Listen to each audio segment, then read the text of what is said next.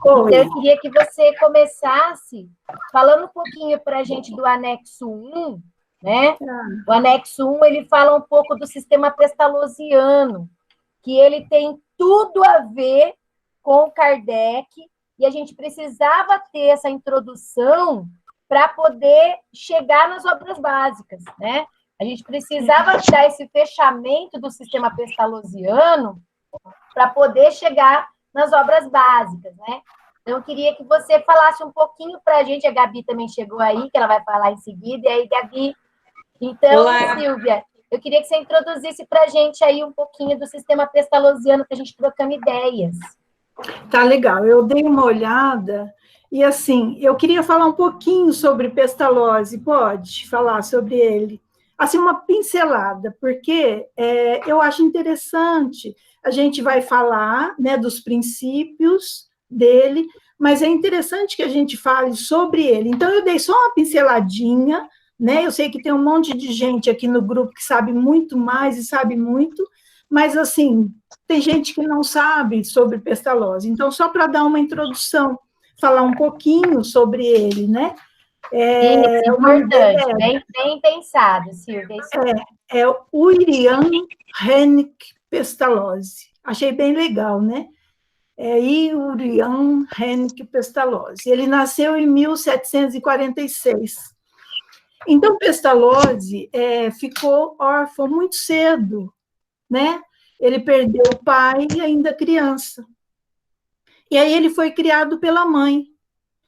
E perdeu tudo que tinha. A família empobreceu.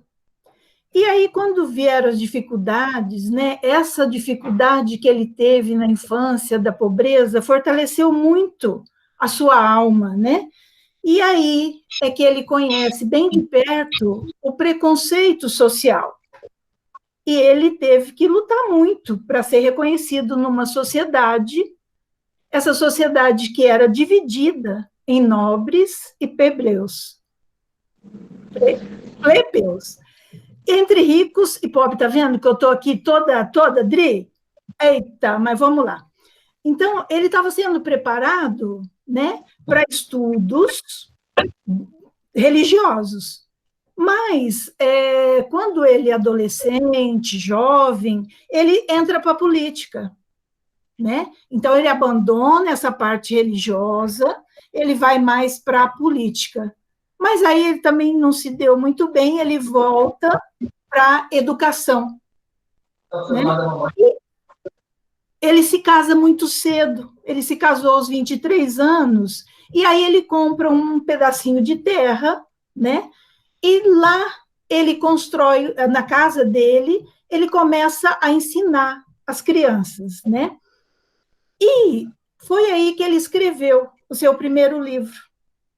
Mas o primeiro livro dele não deu muito ibope, né? Vamos dizer assim, não foi. Mas o segundo livro, que foi a obra-prima dele, que foi Leonardo de Gertrudes, né?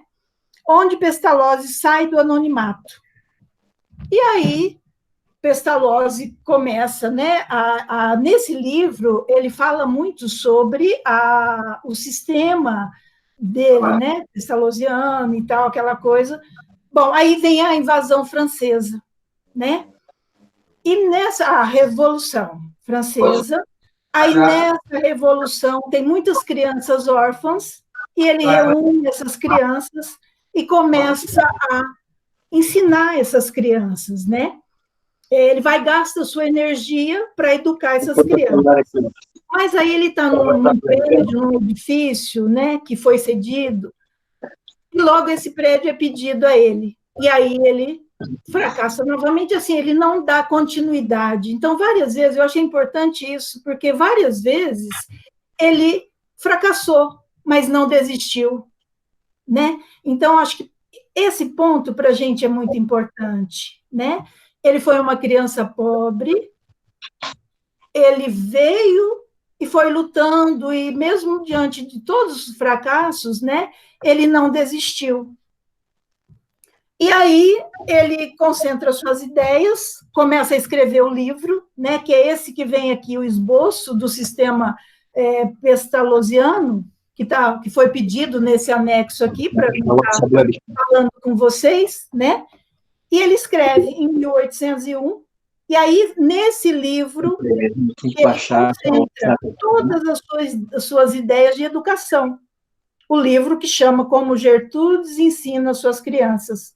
Ele expõe nesse livro a sua didática pedagógica, o método pestalozziano, e a partir, no método dele, tudo era como? Do simples para o complexo, né? Era do interior para fora.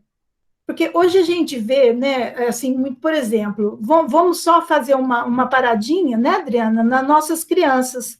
Eu tive numa escola do Estado. Então, é muito triste, porque as crianças não sabem nada, é jogado ali uma educação para elas que elas não absorvem, porque não tem base nenhuma, né? E isso continua, vai continuando, e a criança sai dali sem saber, né?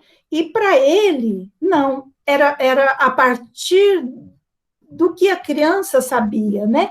Daquilo que ela trazia, ia ser desenvolvido. É uma coisa muito bonita, eu sei que muito difícil, né?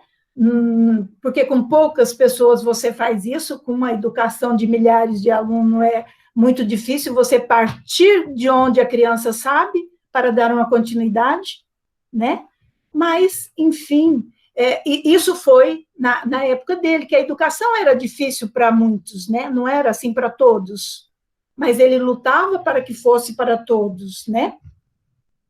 E aí ele teve, quando ele escreveu esse livro, ele teve uma permissão para manter uma escola, e foi nesse ponto que ele foi falar com Napoleão, né? Que ele queria criar um sistema nacional de educação, mas, infelizmente, não foi dado atenção a ele, né? O conquistador Napoleão só disse a ele que não podia perder tempo com o alfabeto. E aí, mais uma vez, né, foi fracassado, tal. Aí ele resolve mudar-se para Yverdon, né, no castelo de Yverdon, onde ele tem o trabalho dele por 20 anos, que é onde que o Kardec foi, né, o Rivail foi para estudar, Denisard de Rivail foi para estudar e tornou-se um discípulo dele. Bom, então isso foi só uma apanhadinha, assim, muito pequenininho, para a gente entender a luta dele também, né? Porque se nós temos Kardec, que é um discípulo dele, né? É importante a gente saber quem foi essa pessoa. Eu sei que tem um monte de coisas para ser falado sobre ele, né? Muito mais coisas. Eu acredito. Só resumiu, né? Só resumiu.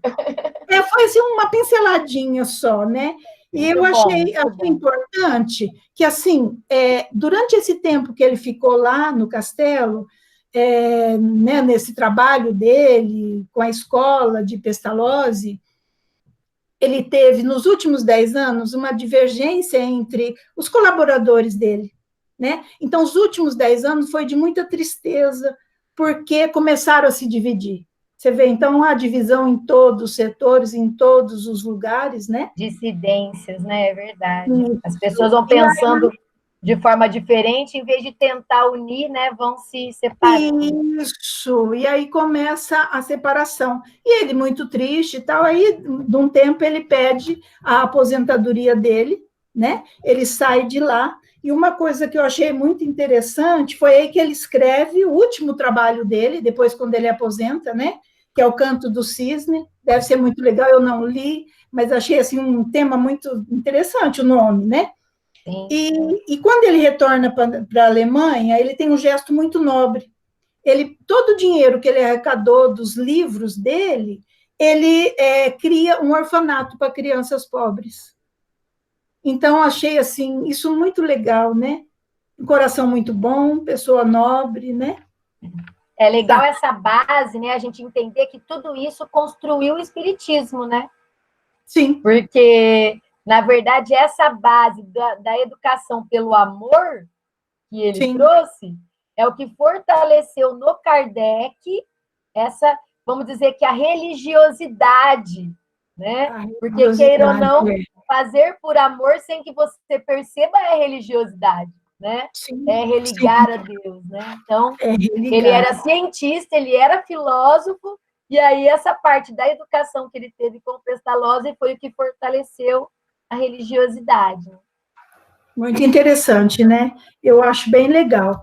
Aí, o que está aqui no anexo, né, para a gente tá vendo, tá estudando, foi desse livro que ele escreveu. Então, Agamorf, considerado autor das melhores biografias, né, do mestre zuriquense, ele sintetizou também os princípios, né, pedagógico do Pestalozzi, que daqui a pouco a gente vai ver que dentre esses 11 princípios que nos foi apresentado, Kardec tira 6, né, que coloca. Então, assim, foi bem sintetizado. O primeiro, ele fala da intuição, que é o fundamento da instrução.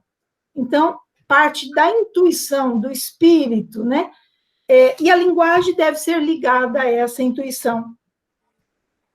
A época de ensinar não é a de julgar, de criticar, né? É do amor mesmo, é de voltar para o pequeno e crescer através disso, né? Em cada matéria... Ele saiu do cientificismo, né? E trouxe o método intuitivo de pesquisa, que foi isso que a gente falou, foi o Lian que falou no encontro passado? Ele falou sobre o ensino intuitivo, né, Lian? Fala, Lian. Sim, eu falei. Ele usava os dois métodos, o dedutivo e o intuitivo. Então, por exemplo, Lian, você que tem muito essa questão de gostar da ciência, dos cientistas e tudo mais, né? A gente sempre pensa em métodos de pesquisa científicos, né? Só pesquisa, só teste. Quando você ouviu esse termo intuitivo, você não teve que ler para falar, peraí, é isso mesmo? Sim. Isso aí, legal. Então, a gente vê aqui que esse método, né, Silvia, veio do sistema pestalozziano, né? Sim, o do Kardec, né? Que ele tira do sistema, porque esse que eu estou falando é do sistema ainda pestalozziano, né?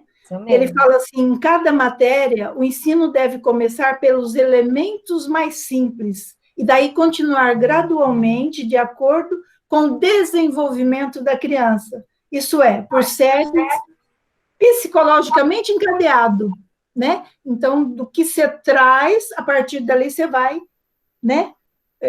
Vai continuar.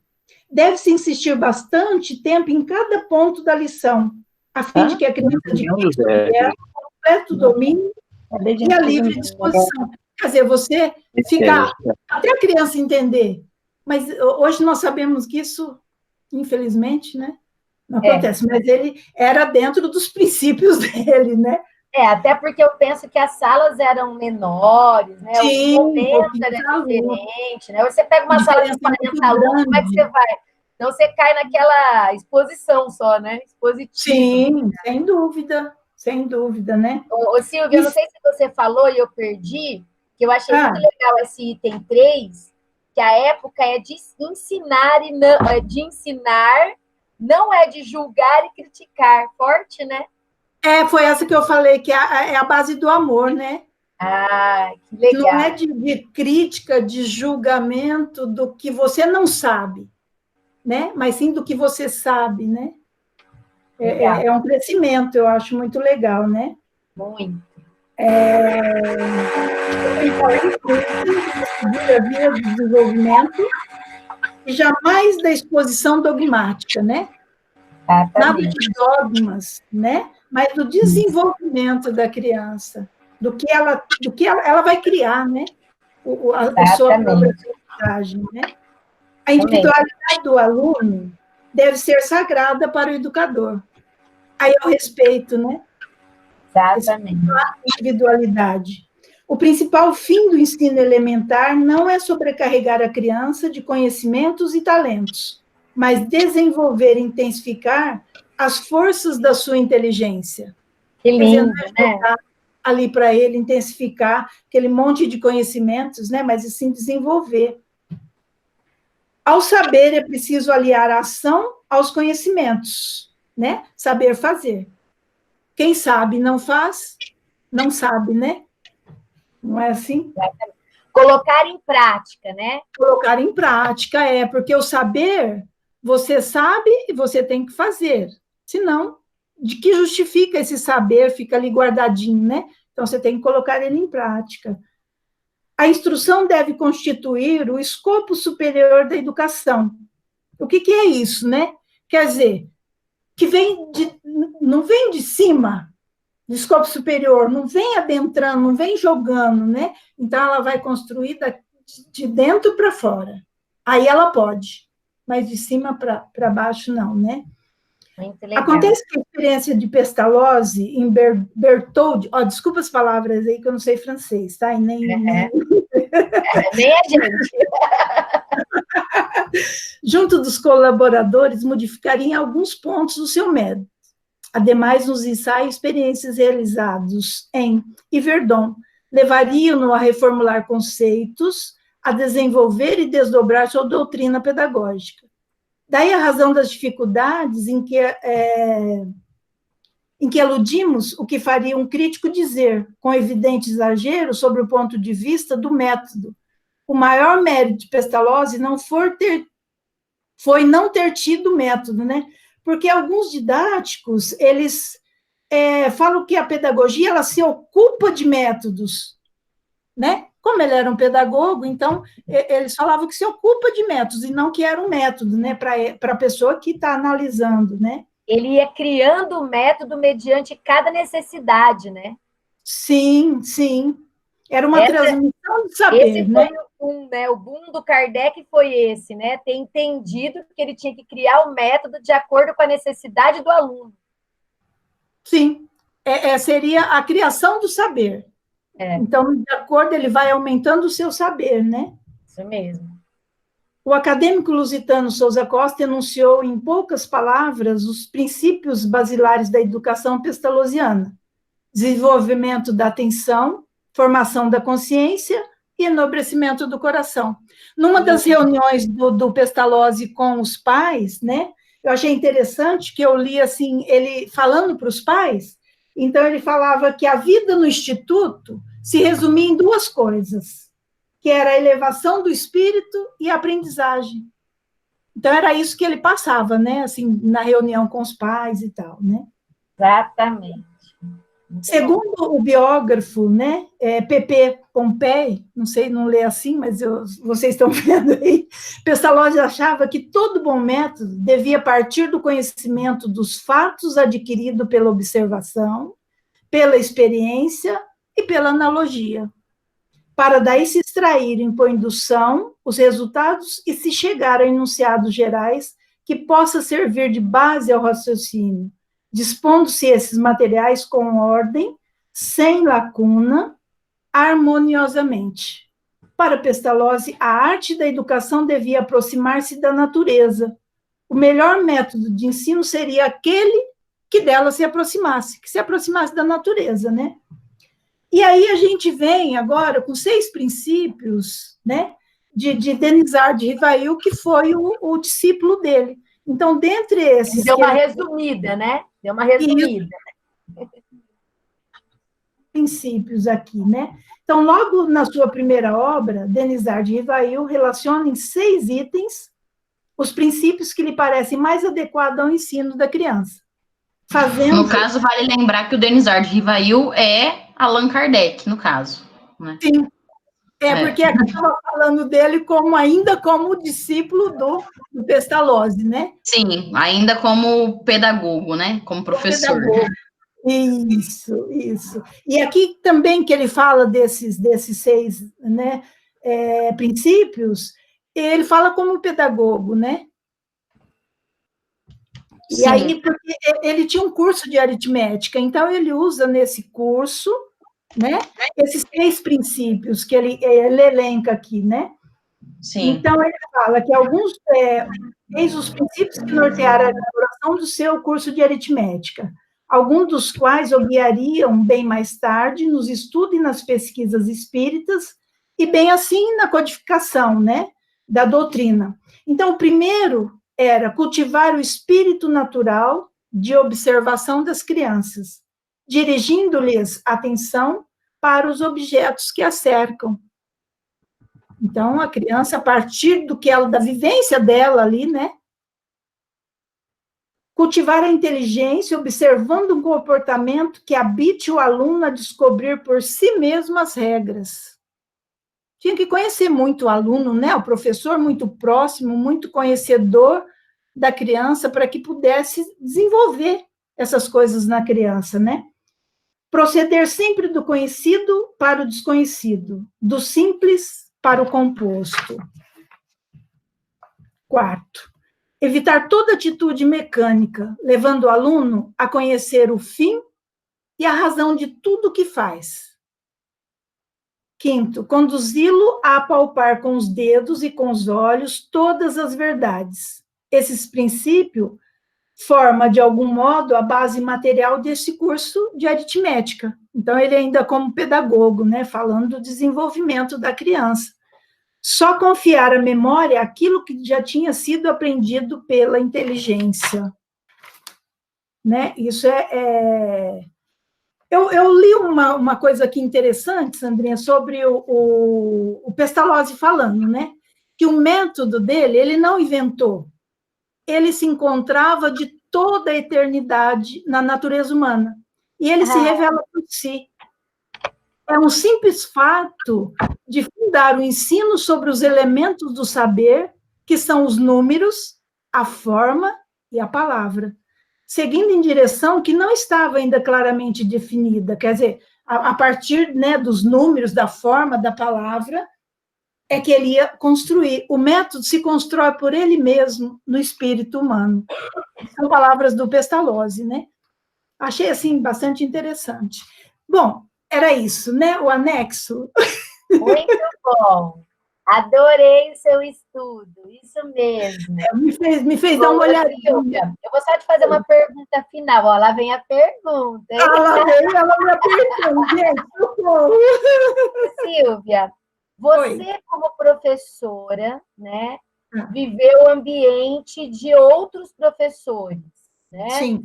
E um ambiente, como a Adriana também viveu, né, e não sei se outros aqui, como professor, né, na escola pública, um ambiente que eu sei que a Adriana viveu muito isso no sentido de ter feito a diferença, né? A gente percebe que aquele que usou, aquele professor que usa dessa amorosidade, que usa dessa individualidade, que usa, quer dizer, se a gente for pensar no dia a dia, o professor que está realmente fazendo a diferença na vida de um aluno é o que tem tudo a ver com esse método pestalozziano.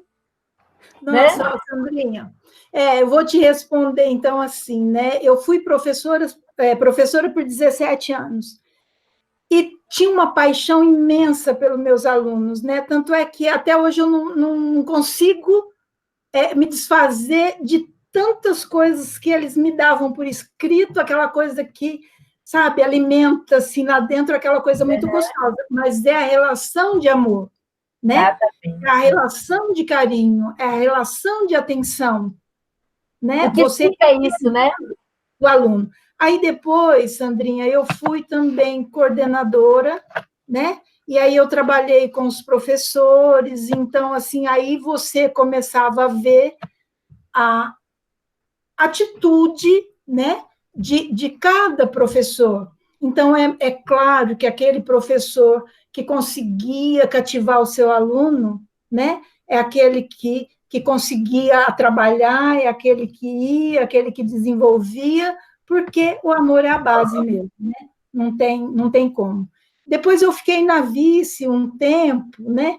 E aí é outra situação, porque aí você vê entrando aí os pais de alunos, né? Então, aí tem relação professor... Você viveu todas as relações, né? Pai de aluno, Então, mas o que gera tudo isso, assim, eu saí da educação com o coração muito cheio de amor ainda, mas recebi esse amor muito grande, tanto de pais, de aluno, de funcionários, de todo mundo, né?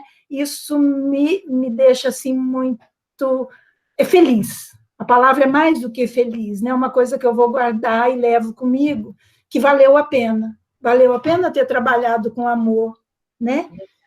E tudo que a gente faz, assim, não só no sentido da educação, mas o relacionamento, o respeito que você tem com o outro, né? É tudo embasado nesse amor, nesse carinho, nesse bem-querer, é você se colocar no lugar do outro, né? Isso faz muita diferença. Legal. Pronto. Muito bom. Obrigada, Silvia. Eu vou fazer o link da fala da Silvia com a fala da Gabi agora. Gabi, queira ou não, Kardec teve que trabalhar intensivamente, né? Ele não teve tempo para expressar essa amorosidade, eu penso. Ele não teve...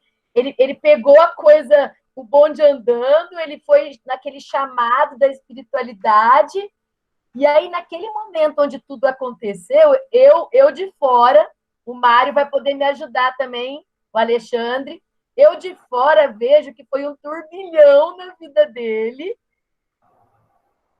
E aí, naquele momento, o que aconteceu? A base que ele tinha foi carregando ele foi sendo arrastado pelo amor que ele aprendeu sendo discípulo de Pestalozzi, pela forma de ser estudioso, de ser cientista, de ser pesquisador que ele vivenciou nas suas obras, no seu formato de trabalho, só que aí ele teve que entrar de cabeça, então ele não teve tempo de toda essa amorosidade que a Silvia está falando que a gente, como professor, às vezes tem, né?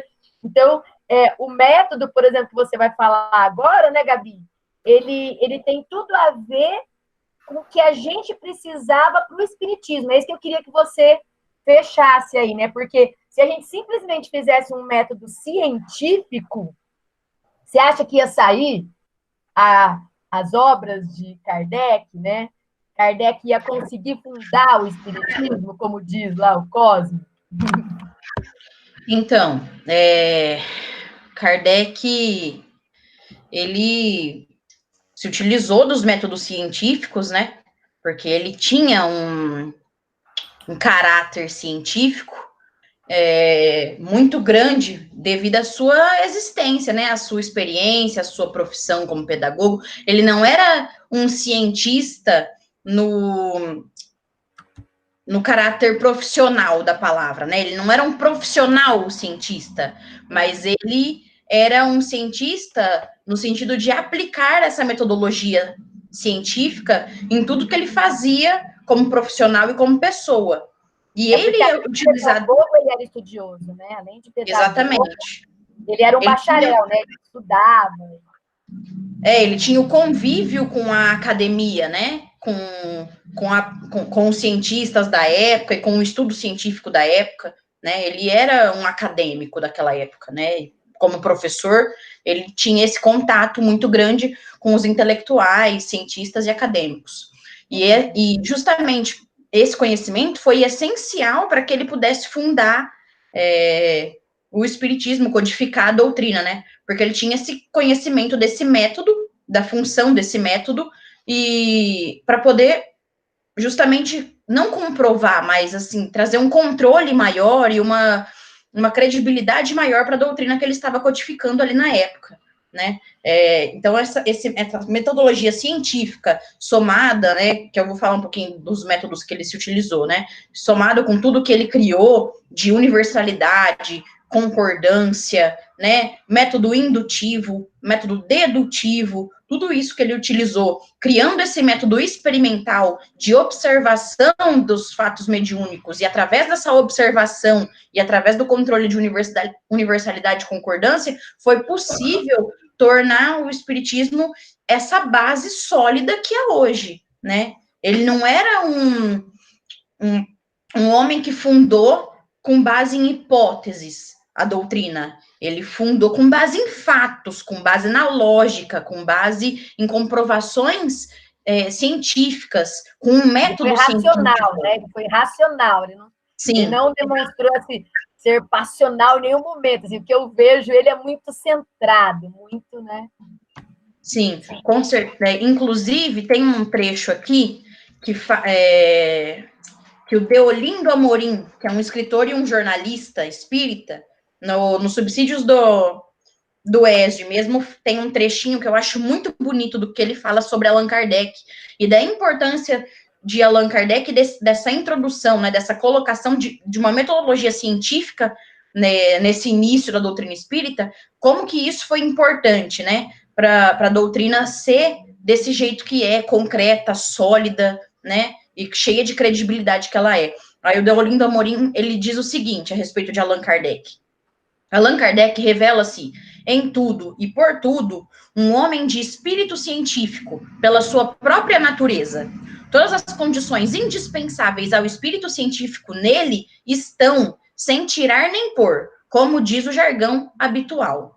Em primeiro lugar, a serenidade com que se encarou os fatos mediúnicos com um equilíbrio imperturbável, sem negar nem afirmar a prioristicamente, ou seja, ele não negou e nem afirmou nada de princípio, de forma afobada, né? Em segundo lugar, um domínio próprio, a fim de não se entusiasmar com os primeiros resultados. Ou seja, a partir dos primeiros resultados positivos, geralmente a gente tende a se entusiasmar, a se afobar, empolgar, e ele tinha esse autocontrole necessário de não se entusiasmar até o fim de todas as pesquisas que ele queria fazer. Não se precipitou aos primeiros resultados positivos, né? Em terceiro lugar, o cuidado na seleção das comunicações. Ele teve todo um cuidado de selecionar as comunicações que deveriam ser publicadas, as quais deveriam ser ignoradas, teve a paciência de aguardar novas comunicações que confirmassem as comunicações que ele recebeu anteriormente, né? Como eu disse, ele utilizou um princípio de universalidade e concordância. Então, ele pegava várias mensagens psicografadas de vários médiuns diferentes, de localidades diferentes, que não se conheciam, e através dessas mensagens ele tinha essa paciência de ver se uma mensagem era equivalente à outra, se o conteúdo dessas mensagens se equivaliam, concordavam entre si, para aí sim publicar algo, né? Então ele tinha essa paciência também e esse cuidado ao selecionar as mensagens, né? Em quarto lugar, a prudência nas declarações, sempre com a preocupação de evitar divulgação precipitada de fatos, ainda não de todo examinados e comprovados. Então, ele esperava o exame e a comprovação de tudo, né, para poder fazer alguma declaração a respeito de algum assunto. Ele não utilizava a sua própria razão para declarar alguma coisa, ele esperava as informações vindas dos espíritos e a finalização de todas as pesquisas através do método científico para poder publicar algo, para poder declarar algo, sendo verdadeiro ou falso, né? Eu penso que essa cautela dele, essa ponderação dele, tem o que o Mário falou aqui, né? Ele falou assim, eu diria que ele conseguiu comprovar o improvável. Eu acho que se uma pessoa usasse qualquer método, ou se ele empolgasse, se ele fosse passional, ou se ele não tivesse um equilíbrio emocional, quer dizer, o Kardec conseguiu ter o conjunto de tudo isso, né? Ainda passando por todas as pressões que ele passou, né? Exatamente. E aí, em quinto lugar, o que o Deolindo fecha, né, essa questão, ele fala assim, em quinto lugar, finalmente, a humildade, que é também uma condição do espírito científico interessado na procura da verdade antes e acima de tudo. Ele não estava ali para provar que ele estava certo ou que ele estava errado, né? Ele estava ali em busca da verdade. E ele estava ali de corpo e alma com esse espírito científico em busca dessa verdade. Se ao final da sua pesquisa científica, utilizando todo o método, ele descobrisse que tudo aquilo era uma farsa, ele teria a humildade suficiente de dizer que as pesquisas dele demonstram que o mundo espiritual é uma fraude, né? Então ele estava ali aberto a isso, ele não estava ali por orgulho, eu quero provar que estou certo e quero provar a existência do mundo espiritual acima de qualquer coisa, né? Não, ele estava ali em busca da verdade, e era esse espírito científico, foi esse espírito científico de Kardec que fez com que a doutrina espírita fosse possível da forma que ela é possível hoje, né? Com toda essa credibilidade, com toda essa solidez que ela tem, né? Justamente até eu penso que aquela frase que o Kardec sempre usa, que a doutrina espírita não termina no que ele trouxe para a gente, né? Que ela teria continuidade em novas obras, em novas revelações. Então, assim, essa humildade que ele tem, às vezes nós, seres humanos, nesse momento que a gente está vivendo, a gente não tem, né? Porque a gente vê gente falando assim, não, eu só aceito Kardec, só vou ler Kardec. Ou, assim, eu acho que todo radicalismo, ele traz implícito uma falta de humildade, né? E uma coisa muito legal, e eu concordo, porque, assim, a gente primeiro tem que ler Kardec.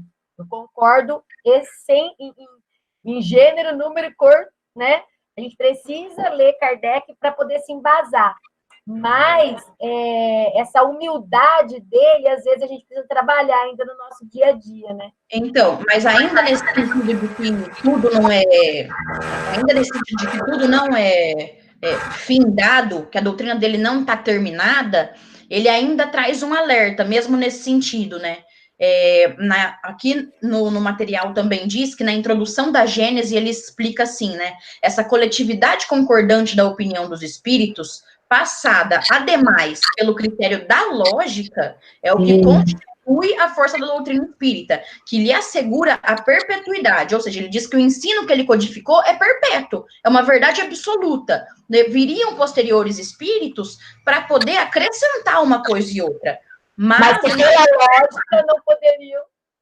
Mas aí ele deixou alertado também. Mas para que ela mudasse, né? Então, para que essa doutrina perpétua que ele codificou pudesse ser alterada, para que ela fosse mudada, seria necessário que a universalidade dos espíritos mudasse de opinião. Então, que todos os espíritos que ali se comunicaram mudassem de opinião e viessem aqui um dia dizer o contrário do que tem dito, né? Ou para que se acrescentassem novas informações, essa universalidade de espíritos também deveria vir novamente para poder outra revelação, vamos dizer trazer assim. novas revelações, exatamente. Então ele mesmo diz, né? Tudo bem, a doutrina dos espíritos que eu venho trazer codificada aqui hoje, ela não está completa. Existem novas revelações que ainda estão por vir. Mas fiquem atentos, porque quando essas novas revelações chegarem, também fiquem atentos a aplicar o método de controle e universalidade naquela época, na época que chegar, né? Tem que se estar coerente com a lógica e sendo aplicada a universalidade e a concordância da opinião dos espíritos para as informações posteriores que vão vir, né? Então, ele entregou o método para a gente confirmar as informações novas também. Ele deixou de bandeja para a gente um método de como a gente pode comprovar tudo, né, que vier de informações novas, através da lógica, do raciocínio e desses métodos científicos que ele trouxe, né? Que esses métodos científicos, eles nos trouxeram a possibilidade, como o Mário falou, de comprovar o improvável, né? Realmente, sem esses métodos, seriam mais hipóteses do que realmente comprovações, né? Ele fechou, né? Isso mesmo. Legal. Bom, gente, só para localizar aí, então, a gente deixou alguns anexos para trás, e por isso que a Silvia falou um anexo do roteiro anterior, e a Gabi está fechando o anexo que o Leandro e o Diego fizeram no nosso encontro anterior, falando sobre todo esse método, todo o pensamento, né, o formato do pensamento científico de Kardec, né, Gabi? Acho que é essa a essência do que... Agora eu só precisaria falar, para pincelar agora, do anexo mesmo, né? Uhum. Que eu fiz toda essa introdução a respeito da importação do Kardec, mas aí agora eu teria que realmente falar sobre os métodos, né, do anexo. Então, o anexo, ele é todo pautado na enciclopédia Delta Universal, né? A bibliografia desse anexo é de uma enciclopédia comum. Então, ela está falando aqui não de um método inventado por Kardec e nem de um método espírita. Está falando de um método científico, utilizado por todos os acadêmicos. Se você for em alguma universidade ver pesquisadores, né, de mestrado, de doutorado, quando eles estão desenvolvendo suas pesquisas, eles vão escolher seus diversos métodos que existem aí para comprovação de determinados fatos, e esses que Kardec utilizou é apenas mais um daqueles métodos utilizados por cientistas, né? Então, para a codificação espírita, Kardec, ele utilizou dos métodos dedutivo e indutivo, né? Então, ele deduz algo e ele induz a algo, né? Seria isso, mais ou menos. E para que algo... E ele utilizou também o método experimental, né? O que seria esse método experimental? A experimentação científica é um método empregado para testar ideias, né? E descobrir alguns fatos sobre alguma coisa que se possa controlar e observar, né? Então, os cientistas eles utilizam o método experimental para quase tudo, para ser vivo, para ser bruto, para fatos, né? Para fenômenos, para quase tudo eles utilizam esse método experimental, em vários campos das ciências todas. E esse experimento, né, ele só pode ser validado se esse experimento ele for capaz de ser repetido várias vezes, não só pelo pesquisador original, como por outros cientistas também. Então, ele só é válido, só é comprovado se esse experimento ele pode ser reproduzido diversas vezes por diversos outros cientistas. Ok? Se eles concordarem, então se atribui ao pesquisador original o crédito, né, por ter feito essa descoberta. Então, esse método experimental foi o que Kardec utilizou. Então, o fenômeno mediúnico, ele, para ser verdadeiro, para ele ser científico, ele deveria ser possível de ser reproduzido por várias outras pessoas várias vezes, para ser científico. Então, não podia ser uma pessoa só recebendo mensagens em uma situação. Não, esse fenômeno mediúnico ele devia ser reproduzido diversas vezes por várias pessoas. Deveriam existir, então, diversos médiums recebendo diversas mensagens, né? Por isso que deveria se... Essa é a comprovação científica das manifestações mediúnicas. Então, foi um dos métodos que ele utilizou, método experimental. O método dedutivo, né? Então, é o processo de raciocínio pelo qual a gente tira a conclusão por inferência de uma lógica, de uma premissa dada. Que aqui no livro, inclusive, está dando o exemplo, né? É quando a gente deduz algo através de uma outra premissa original anterior. Então, por exemplo, todos os gregos têm barba. Zenão é grego. Então, a gente deduz que o Zenão, ele tem barba, né? Se todos os gregos têm barba e o Zenão é grego, então ele tem barba. Isso é o método dedutivo. Você deduz algo através de premissas. Esse método, inclusive, é muito utilizado na lógica, na matemática, e essa premissa, ela tá aí, essas premissas, elas foram inseridas pela filosofia até, né? Se não me engano, foi Sócrates que falava dessas premissas de dedução, desse método dedutivo. Tinha um filósofo, não me engano, se não me engano era Sócrates, mas não sei ao certo quem era, que fazia raciocínios através dessas premissas, né? São os lógicos, aqueles que são da área da lógica que faz isso. O pessoal da área de TI tem muito disso. Né? Então, é realmente o método dedutivo da área da lógica, da área da matemática, utiliza muito esse método dedutivo. É da filosofia, mas é a área da lógica da filosofia. Entendi. Obrigada pela informação, não sabia. Também não, aprendi isso aí. Então, continuando então em relação ao método dedutivo. Nesse método, as deduções, elas não são consideradas verdadeiras, tá? Elas são consideradas válidas, né? Então, não é possível você saber se é verdade ou não através de uma dedução. Você só pode saber se ela é válida ou não, aquele raciocínio, né? Então, o raciocínio que Zenão tem barba, por ele ser grego, não é verdade, e sim é válido. O raciocínio é válido, ok? Porque para ser verdadeira é preciso distinguir, né, claramente aquilo que se depreende logicamente das outras afirmações e aquilo que efetivamente é, né? Então, as premissas iniciais podem ser os artigos de fé ou suposições. Então, é a diferença entre a inferência e a evidência. Isso. Exatamente. Método dedutivo, indutivo, né? Você infere. Você vai inferir. No dedutivo. Isso, só que você tem que partir para a evidência, para a comprovação daquilo que se quer verdade ou não. Isso, exatamente. Bom, então aí o método dedutivo seria esse. De uma generalidade, você deduz uma especialidade, uma especificidade, né? Então, da generalidade de todos os gregos terem barba, vou me manter nesse exemplo para ficar mais claro. Então, na generalidade de todos os gregos têm barba, ao levantar a premissa de que Zenão é grego, então a gente deduz, né, que é uma dedução válida de que Zenão tem barba, ou seja, a gente parte para uma especificidade, uma especialidade ali, que é o caso específico de Zenão, certo? Então, esse é o método dedutivo. Kardec utilizou isso para poder codificar a doutrina espírita, né? Utilizava fatos generalizados, generalizações, para poder se deduzir, através do raciocínio lógico, casos específicos. Mas ele também se utilizou o método indutivo, né? Que seria o contrário.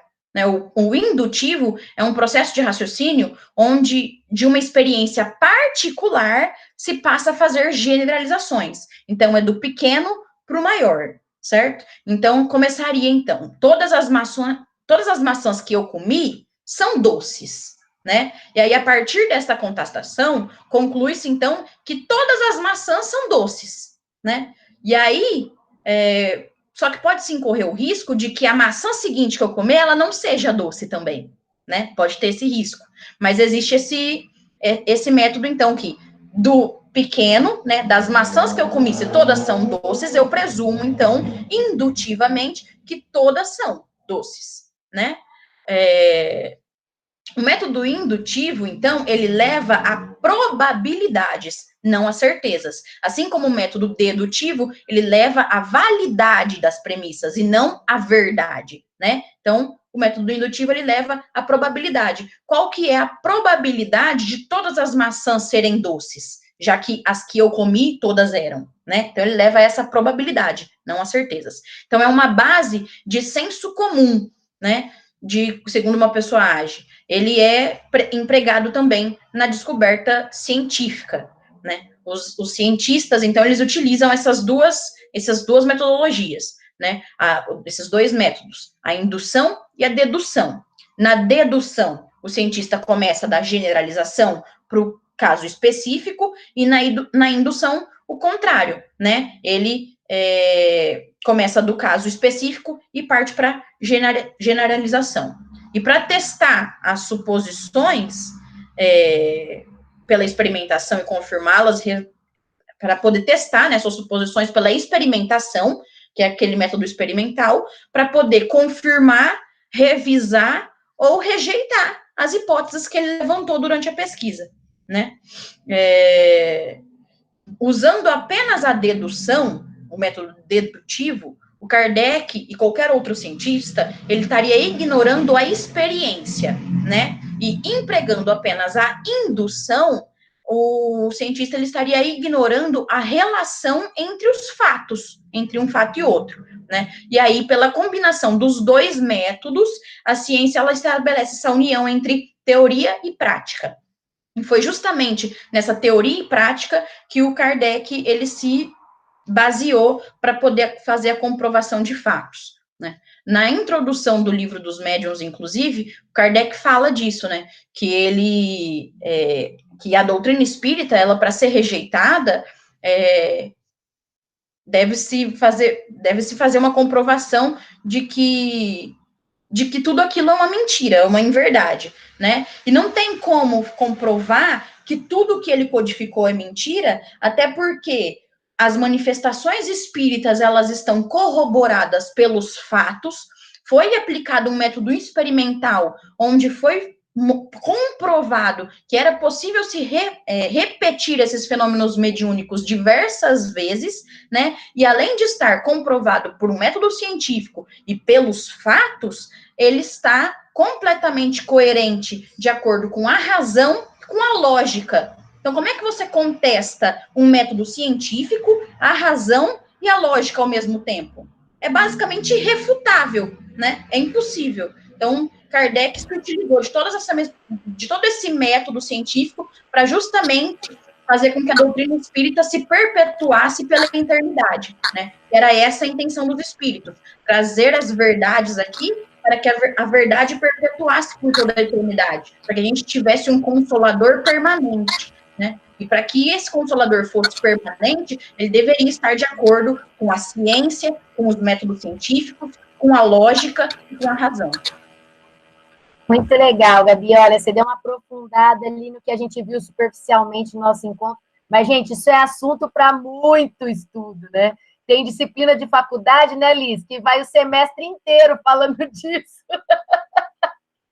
Metodologia científica, eles ficam lá que nem louco lá tentando fazer, e depois a gente orientando o TC fica mais louco ainda, tentando ver os métodos que você vai usar para fazer o trem. Oh, meu Deus! Mas foi muito legal ver o Kardec ter tido o insight de usar os métodos certos, né? Então, aí, eu vou deixar agora a Liz só fazer uma introdução, porque a gente está no finalzinho aí do encontro, mas fazer uma introdução para a gente saber um pouquinho do que a gente vai falar do próximo encontro, que a gente vai esmiuçar um pouco mais as obras, né, Liz? Sim. Então, nossa senhora, depois desse povo tudo falando esse monte de coisa é duro, hein? Gabi, obrigada, viu? Arrasou, adorei. Eu que agradeço pela oportunidade aí. Imagina, Alice, certeza que você vai arrebentar aí agora. Você sabe que eu sempre tive dificuldade para falar sobre esse assunto, né? Ficou legal do jeito que você falou, viu? É bem legal. Então, aí obrigada. Eu fiquei para falar sobre as obras básicas, né? Não foi isso, Sandra? Se eu tô ainda no normal aqui. E aí, ele fala isso dessa... Isso mesmo. Você vai fazer só a introdução, porque a gente, na verdade, está parando, né? Aqui. Eu vi que teve uma objeção aqui, ó. Método dedutivo, as imagens. Tá. Alguém colocou alguns significados aqui. Foi Adri. Mário, bom, depois a gente tem aqui para poder olhar, mas ficou muito legal a forma que você reuniu tudo isso. E aí a gente vai ficar hoje, começar um pouquinho, a Liz vai introduzir um pouquinho, e aí a gente vai fechar já o nosso estudo de hoje. Então, nisso que ficou para mim, né, o que mais me chama atenção e que eu acho que é importante falar é sobre como ele, aqui no texto, ele correlaciona o Livro dos Espíritos com todas as outras obras que vêm depois, né? Então, o Livro dos Espíritos, em cada parte dele, né, em cada conjunto de capítulos, ele correlaciona com uma das obras. Então, o Livro dos Espíritos tem uma parte que é somente dele mesmo. Aí, nos outros capítulos, tem uma parte falando do Livro dos Médiuns, que ele já induz para começar a falar sobre o Livro dos Médiuns. Aí, depois, sobre o Evangelho. Logo em seguida, sobre o Céu e o Inferno. E depois, ele finaliza o Livro dos Espíritos dando já as dicas de o que vai acontecer quando você pegar a Gênese. Então, é como se ele estivesse fazendo... Como é que é o nome disso agora? Quando você dá um spoiler, né? Ele dá um spoiler. O Livro dos Espíritos, ele dá um spoiler para cada uma das outras 4 obras que compõem a codificação, né? Então, na verdade, eu acho que ele viu que o espaço era pouco para falar tudo aquilo, né? Mas saiu da primeira edição de 500 e poucas questões para depois para 1.000 e poucas questões. Olha, se ele faz mais alguma coisa, ele praticamente escreveu outra Bíblia, né? Então foi melhor mesmo fazer desse jeito. Foi legal ele dividir, né, Liz? Porque senão ia ficar muito cansativo. E aí ele também direciona, né? Até para deixando para a posteridade a forma de como a gente pode caminhar dentro da doutrina, né? Para você ir por partes, como diz o Jack Stripador, para você não enlouquecer logo de cara. Então você vai por doses homeopáticas, né? E chega na conclusão final lá. Mas acho que era isso que você queria que eu fizesse, né? Na verdade, foi bem legal essa parte que você falou, que foi o que eu grifei aqui, que é essa, assim, ele começou a destrinchar, né, a fundar a doutrina. Aí ele começou a se aprofundar, eu penso, né? Ele fundou porque é um neologismo, são palavras novas, ele colocou, não posso colocar espiritualidade, tem que colocar espiritismo. Então veio tudo, tudo foi acontecendo na fundação, né, da doutrina espírita, de uma forma que ele falou, peraí, não dá para ser só isso. Né? Então ele terminou a pesquisa, terminou as perguntas, ele falou, peraí, não dá para ser só isso, né? E foi quando... Isso que ele fez de fazer esses conceitos, né, antes de começar a falar da obra inteira, né, porque essa mistura da espiritualidade, né, do espiritualismo e tudo mais, ia ficar, de toda forma, meio capenga se ele não tivesse feito essa definição mais clara para diferenciar uma coisa da outra, né? Exatamente, foi bem legal. E uma coisa que, dentro do que você falou, foi isso que me chamou a atenção mesmo, porque as outras obras, em nenhum momento, elas discordam do Livro dos Espíritos, quer dizer, todas elas estão na lógica que a Gabi comentou, dando continuidade, e em nenhum momento elas destoam, né?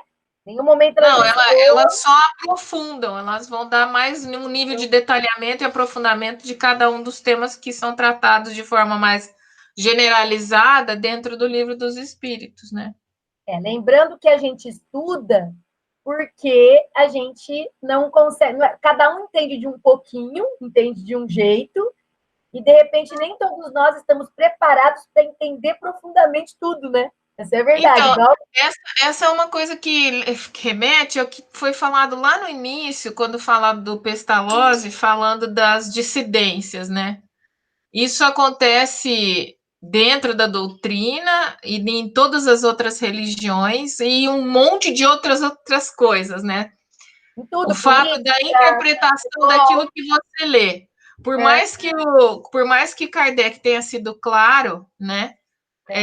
Ainda assim, as pessoas têm uma tendência a personalizar a interpretação do que ele diz. E aí, na hora que personaliza, não se encaixa dentro do que tem, aí acredita que criando uma outra vertente, uma dissidência, ela vai encontrar um caminho mais, sei lá, se é puro, ou sei lá o que. Sei lá, né? Sei lá. Mas essa questão da dissidência é em função da interpretação, e eu acho que aí o pano de fundo é a vaidade do ser humano que cega, né? Então, se a gente fosse mais tranquilo e só visse com mais humildade as coisas, talvez a gente não discutisse tanto sobre essas várias interpretações que dão, né? Exatamente. E é o que a Silvia falou lá atrás, no início, né?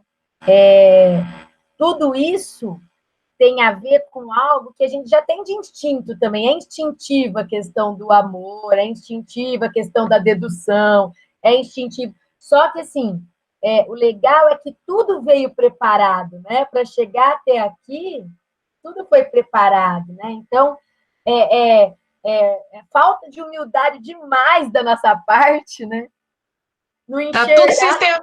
Tá tudo sistematizado já, não sei para que tem que complicar mais ainda, viu? Eu penso falta que a gente mesmo. não tem que ser cordeirinha, eu vou aceitar tudo, não tem nada a ver com isso. Mas eu penso que a gente precisa ter a humildade de se unir, né? A doutrina veio para unificar, é isso daí. Mas nós vamos deixar aqui o estudo para continuar no nosso próximo encontro. Eu queria agradecer você, Liz, por ter se preparado, mas o formato é de não deixar passar nada, né? Então, eu sinto que se a gente não tivesse feito esses anexos, olha que riqueza que foi o nosso encontro de hoje, né? Teria sido só um estudo lendo o livro do Esdras, que é o que normalmente acontece. No formato que a gente fez aqui, olha o quanto acrescentou, olha o quanto... Né? Você sabe que essa quarentena foi ótima por causa disso, né? Eu posso participar dos encontros.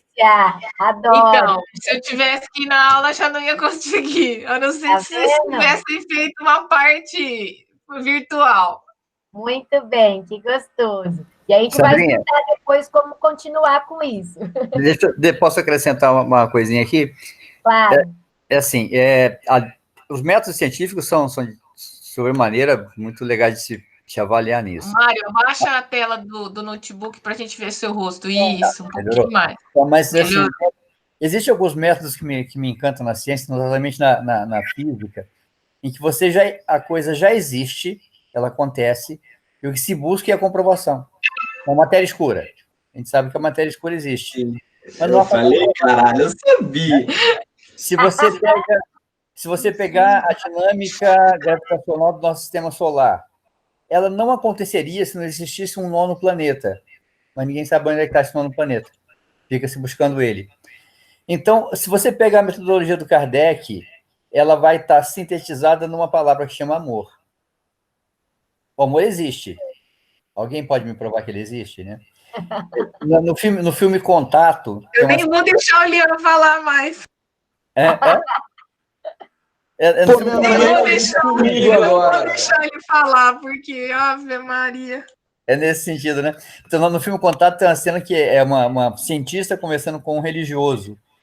E ele fala assim... Falando de Deus, ela fala assim, mas Deus existe? Ele fala, claro que existe. Ela fala, então prova. Ele dá uma risada, muda de assunto, começa a conversar e falar sobre o pai dela. Ela era apaixonadíssima pelo pai, que tinha morrido, um cientista também. Em dado instante, depois de um tempo da conversa, ela fala assim, você ama seu pai? Ela fala, amo. Ele fala, prova. Então, algumas coisas a gente não adianta ficar buscando muito método científico, buscar todo mundo, porque elas estão ali. Essa questão do amor até, que você mesmo falou que, né, o amor existe e não há como comprovar. Me fez lembrar, inclusive, do filme Interestelar, onde nesse filme ele fala como se o amor ele fosse uma lei natural tão óbvia e tão possível de ser comprovada num futuro hipotético do filme, como a lei da gravidade, né? Que um dia será possível a gente comprovar cientificamente a existência da lei do amor, assim como a gente consegue comprovar a lei da gravidade, por ser também uma lei natural. E eu acho isso interessantíssimo, sabe? Essa possibilidade da gente ver comprovada todas essas leis que hoje a gente não consegue comprovar, mas sabe que existe. Né? Aliás, que isso é Interestelar, obrigação, assistam. Einstein, na verdade, os dois estudos de hoje tinham tudo a ver, apesar de parecer inicialmente que não tinham nada a ver, né, Mário? Não tem jeito, ele já colocou isso de uma forma muito, muito científica e muito óbvia, muito amorosa, né? Você vai encontrar isso, assim, eu vejo como uma carícia. Quando a gente fala, ele já deu um spoiler do próximo livro, não. Ele nos acaricia com a suavidade de uma pena, te preparando com aquilo. E a gente pode reler 20 vezes, você vai descobrir coisas novas 20 vezes. Mas é porque ali está escrito de uma maneira diferente? Não, é porque o seu espírito evoluiu para compreender de uma nova maneira. Exatamente. Pessoal, a gente infelizmente tem que parar. Eu tenho que pedir para alguém, Liz, aproveita e faz a nossa prece. Vamos fazer a nossa prece em vibração aí, a espiritualidade que nesse momento estaria sendo atendida lá na nossa casa, né, no trabalho mediúnico. Não. É uma espiritualidade que está precisando, assim, da gente também nesse momento, dessa vibração. E enquanto você faz essa prece, eu estou aqui também mentalizando, já passei para a Nacir hoje, o nome das pessoas para ela fazer as preces, as orações, mas eu vou estar mentalizando aqui também, enquanto você faz essa prece aí com a gente. Vou tentar, né? Porque eu estou tão destreinada para fazer prece, Jesus. Pode treinar. A prece vem de dentro, não tem treino nenhum. Então tá, vamos lá. Vamos elevar nosso pensamento, né? E agradecer a Deus e aos nossos amigos espirituais, a Jesus, pela oportunidade que nos deu hoje, por estarmos juntos aqui de alguma forma, em pensamento, em coração, e podendo dessa forma também vibrar para todas as pessoas que são queridas da gente, ou mesmo aquelas com quem a gente tem algum tipo de transtorno, mas que, de uma forma geral, possam receber as melhores vibrações da gente nesse momento especial. Que as pessoas que estão nos hospitais hoje possam receber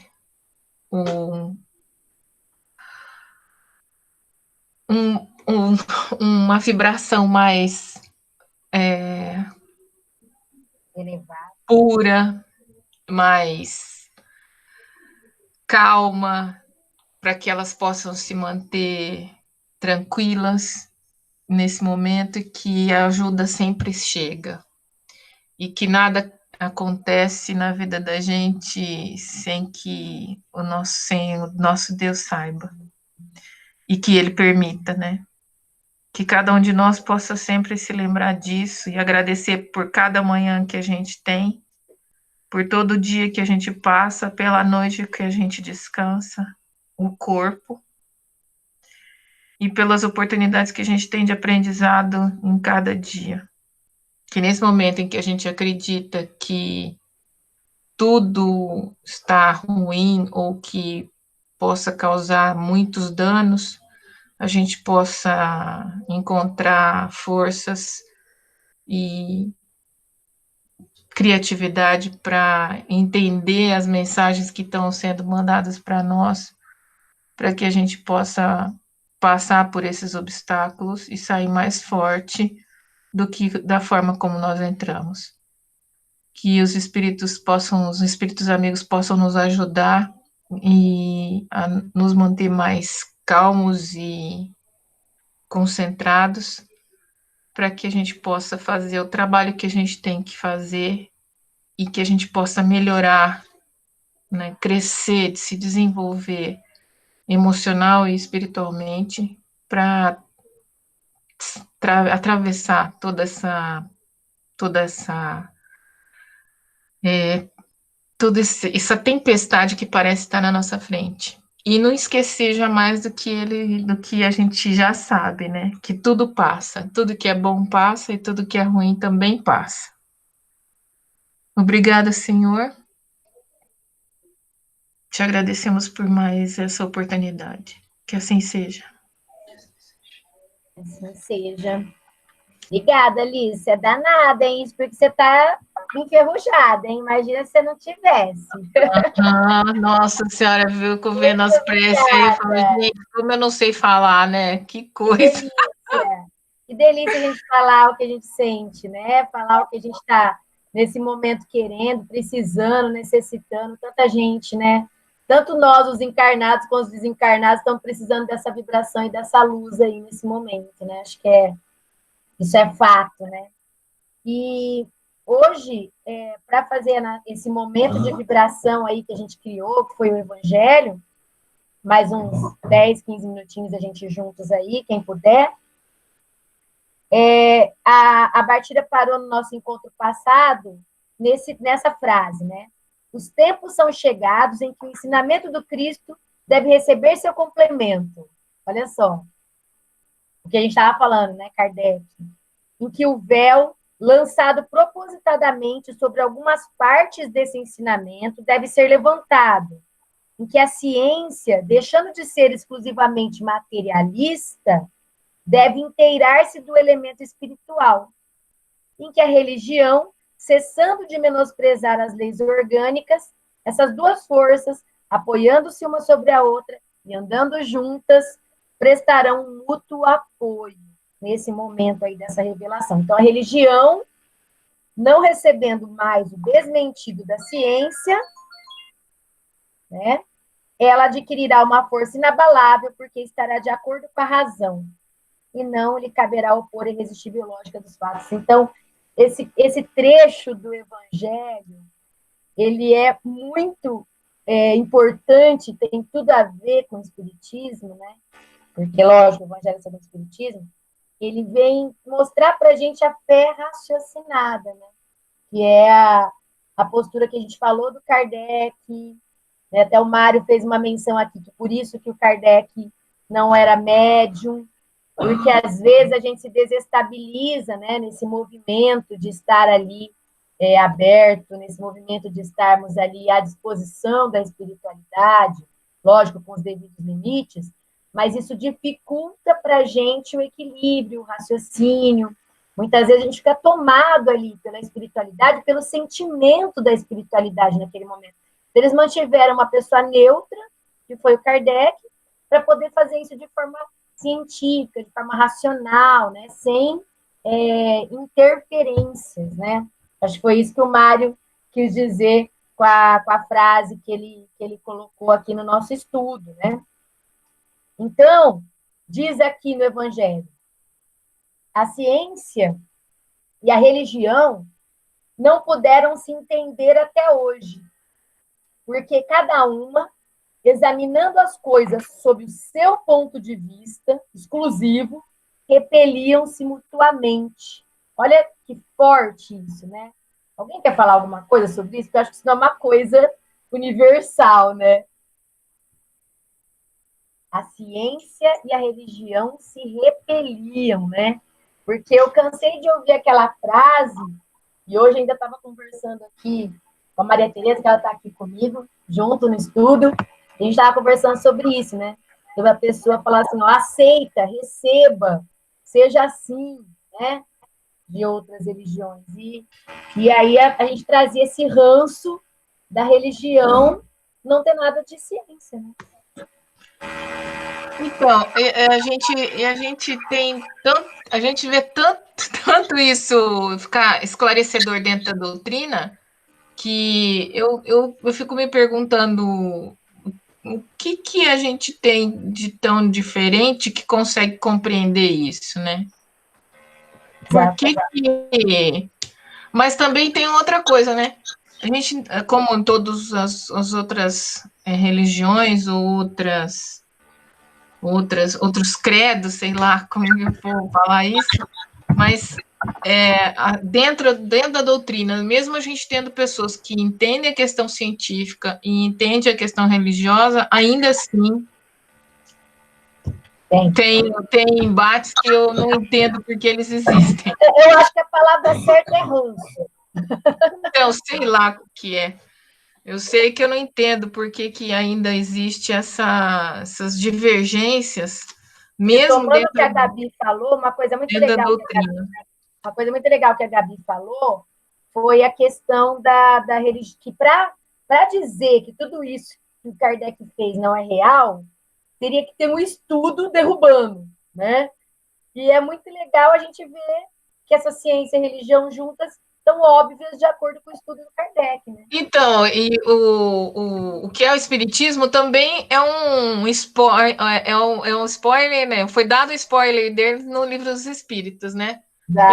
E no o que é espiritismo também fala exatamente sobre isso, né? Ele é uma pessoa o tempo todo falando que não acredita, né? Querendo, você tem que estar como se você tivesse que provar alguma coisa para ela. E aí uma das coisas que me chama atenção e como Kardec responde é o fato dele falar que eu não tenho que provar nada para você. Tudo que eu falar para você, você não vai acreditar porque você não acredita. Então não adianta eu ficar aqui discutindo com você sobre isso, porque você não quer aceitar o que está na sua frente. E isso aí acontece mais do que a gente imagina, né? Exatamente. E aqui, ainda continuando no Evangelho, ele diz assim, seria preciso alguma coisa para preencher o vazio que as separava. Quer dizer, existia um vazio entre ciência e religião. Então, precisava acontecer alguma coisa para preencher esse vazio, né? E é o que a Adriana falou, a gente viveu muitas religiões, né? E todas são um pouquinho desse processo evolutivo, né? Todas essas religiões, elas são um conjunto, né? Porque assim, a gente fala que é espírito, fala, o espiritismo chega e clareia tudo, depende. É o que a Adriana falou aqui, ó. O personalismo, né? Ele ainda cega. Tem coisas que ainda cegam, mesmo a gente estudando o espiritismo. Então, né? Foi aquilo que a gente estava falando, as pessoas querem personalizar alguma coisa. Então, elas interpretam de uma forma E às vezes aí que é a questão da vaidade interferindo dentro da interpretação do que é simples e não tem muita complicação, né? Exatamente. Eu penso que nós não que o espiritismo seja simples, mas é simples. Na verdade, A forma como ele é colocado é simples, é fácil de você compreender, mas ao mesmo tempo as pessoas complicam aquilo que não precisa ser complicado. Eu penso que o espiritismo ele consiga chegar ao simples, mas o simples ele precisa ter boa vontade e querer para fazer todas as ligações possíveis, porque senão, para o simples, né? Simples, eu digo simplista, não é simples de ignorante ou de falta de conhecimento, mas a pessoa simplista, ela é aquela que quer receber tudo mastigado. Daí a necessidade das outras religiões, né? Elas não são tão racionais. Então, elas levam para o caminho do bem, de alguma forma, mas elas não são tão racionais quanto o espiritismo. Então, para entender e o espiritismo trazer essa fé tão raciocinada quanto, a gente precisa estar aberto e querer, né? Então, até porque você acaba, dentro da doutrina, você tem que assumir a tua responsabilidade, né? exatamente. E aí, quando você começa a ler e a compreender isso mexe com a gente, né? Porque fala assim, caramba, é comigo mesmo, né? Ninguém. Sou eu comigo mesmo. Exatamente. É que, na verdade, é o que está dizendo aqui, né? As leis tão imutáveis, né? Que regem o universo, os astros, a existência dos seres, essas relações, uma vez constatadas pela experiência, trouxe uma nova luz, que foi a fé que dirigiu-se à razão, que é o que o Kardec conseguiu trazer, porque, na verdade, o Evangelho, você vai falar no nosso próximo encontro, né, Liz? O Evangelho, ele nada mais é do que pegar alguns trechos ali da Bíblia, né, e tentar trazer isso de uma forma mais comentada, prática, para as pessoas conseguirem pegar aquilo e jogar no seu dia a dia, para mostrar que aquilo tem uma razão, né? Bom, mas nisso, como em todas as coisas, há pessoas que permanecem para trás. Olha que forte essa frase. Há pessoas que permanecem para trás, até que sejam arrastadas pelo movimento geral, que as esmagará se quiserem resistir, em lugar de a ele se abandonarem. Nossa Senhora! Esse daqui é o típico, se não for pelo amor, vai pela dor. Né? É o que está acontecendo hoje, né, praticamente. Sim, se fosse traduzir, você não quer ser solidária, não quer ser fraterno, não quer nada, então peraí, vou te dar um vírusinho legal, aí você vai ver que eu vou para torta. Mas você sabe que eu, assim, são coisas tão pequenas, né? Hoje eu estava falando com meu marido que eu encomendei um colchão aqui para o meu menino, e aí a pessoa que me atendeu em 2 dias, ela fez o colchão sob medida, que era uma bicama, ela fez o colchão sob medida e veio, entregou sem cobrar frete, e aí a gente começa a ver, aí a pessoa chegou, eu fiquei morrendo de dó, falei, meu Deus, né? Como que deve estar a empresa dessa pessoa? Mas a gente também inseguro, meu Deus, eu não posso gastar, porque eu também tenho que esperar como que vai ser. Então, é um momento, gente, de reflexão plena, né? De todos os aspectos materialistas, né? É o momento não só do minimalismo, mas o minimalismo no sentido de ser essencial. O que é essencial, né? O quanto de lucro, o quanto de tudo, né? A minha filha estava contando hoje que tem alguém aqui no prédio ao lado, uma pessoa, um microempresário que suicidou. Lógico que a gente tem essa questão do suicídio acontecendo, né? Aí a todo momento. Mas suicidou porque viu tudo que ele tinha sendo perdido, né?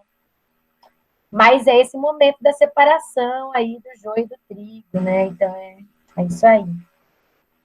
E aí, olha só essa frase, se não tem tudo a ver com o nosso momento. É toda uma revolução moral que se opera nesse momento. Parece que esse evangelho foi feito para o momento que a gente está vivendo, né? É toda uma revolução moral que se opera nesse momento. Igual você falou, Liz. Por que revolução e não evolução? Né, a gente, professor? Porque tá mudando, tá transformando. Não é simples, não é por querer. Eu estou indo lá passo a passo, evoluindo. Está transformando radicalmente. Isso é a revolução. Aquela quebra, ruptura e transforma. Né? Então, é uma revolução moral que se opera nesse momento e trabalha os espíritos, depois de elaborada durante mais de 18 séculos, que é o que o Espiritismo fez para a gente. Né? E ela se aproxima do seu cumprimento e vai marcar uma era nova na humanidade. Exatamente, Adri, estamos sendo arrastados. Esse é o momento. As consequências dessa revolução são fáceis de prever e devem trazer nas relações sociais inevitáveis modificações, às quais não está no poder de ninguém se opor, porque estão nos desígnios de Deus e resultam da lei do progresso, que é uma lei de Deus. Nossa! O que é isso? O que é esse evangelho? Parece que esse evangelho está escrito Covid-19? É isso? Eu acho que sim, hein? Pessoal, acho que é isso. Acho que o nosso momento é de reflexão, é de amor mesmo. Está sofrido, está dolorido, mas estava falando com a Maria Cândida aqui antes da gente começar. Tá gostoso fazer umas coisas que eu não faria dentro da minha casa, com a minha família. Eu assisti esses dias o Pedro Calabres, ele tem uma fala muito forte nisso, que ele fala que tudo na vida depende do jeito que a gente enxerga, né? Se eu sentir que eu estou presa, se eu sentir que é uma injustiça, se eu sentir que aquilo está horrível para mim, emocionalmente, eu vou desestruturar, minha saúde mental vai por água abaixo. Mas se eu sentir que eu estou possibilitando um carinho de cuidar das pessoas, de não colocar outras pessoas em risco, de não me colocar em risco, que eu estou podendo fazer isso, porque, bom, nem todos estão podendo. Né? Então, aí entra o nosso entendimento do espiritismo, né? Cada momento, o momento de cada um. Né? Vamos terminar aqui. Quem vai fazer a prece final? Tá lindo aqui nosso evangelho de hoje. Ô, Adriana, é você mesmo que faz isso, Adriana. Clique em cima do microfoninho. Adriana está acabando comigo. Agora você está falando. Não, ela tem que clicar. Isso, clica nessa fala. Não, se clica você... na sua tela. Na sua tela, embaixo. Gente, nossa senhora. Ela pediu para eu liberar ela. Eu falei, gente, mas eu não tenho esse poder. Eu só tenho o poder de calar, não de falar. Foi ela ou o Alexandre que fizeram isso comigo. Fui eu, mas você que você pode falar o que você quiser, mas eu te calo. Você finaliza com a prece? Finalizo. Então, agora vamos mentalizar os espíritos amigos que já estão trabalhando incansavelmente para harmonização, para recepção e para o encaminhamento de cada um de nossos irmãozinhos que serão nesse instante assistidos, amparados e acolhidos, que eles possam sentir as nossas boas vibrações, nosso calor humano, vibrando para que cada um enxergue a luz que existe neste horizonte infinito. Que os nomes que nos foram passados no decorrer desta semana, que cada um desses apontados, necessitados, possam sentir as boas irradiações que emanam do céu, recuperando de todas as mazelas físicas ou espirituais. Que tenhamos, Senhor, sempre muita fé, fé no porvir, na certeza de que nada é por acaso e que cada um de nós, encarnados ou desencarnados, temos uma trajetória ascendente a seguir. Até ti, mestre, na confiança e na fé, hoje e sempre ser conosco. Que assim seja. Muito bom. Assim Gostoso. seja. Nosso estudo está evoluindo, gente. Está lindo. Obrigada por Amo vocês! Tá lindo. Beijo. Beijo, gente. Fica com Deus. Beijo, amo Se vocês. cuidem. Quinta-feira tem palestra, domingo tem palestra, tá tudo lindo, tudo tá continuando para tentar nos atender. Tá bom. Beijo, amores. Beijo. Beijo, até. Tchau, Tchau, gente. tchau. Tchau. Boa semana. Quinta. Beijinho, Budinha!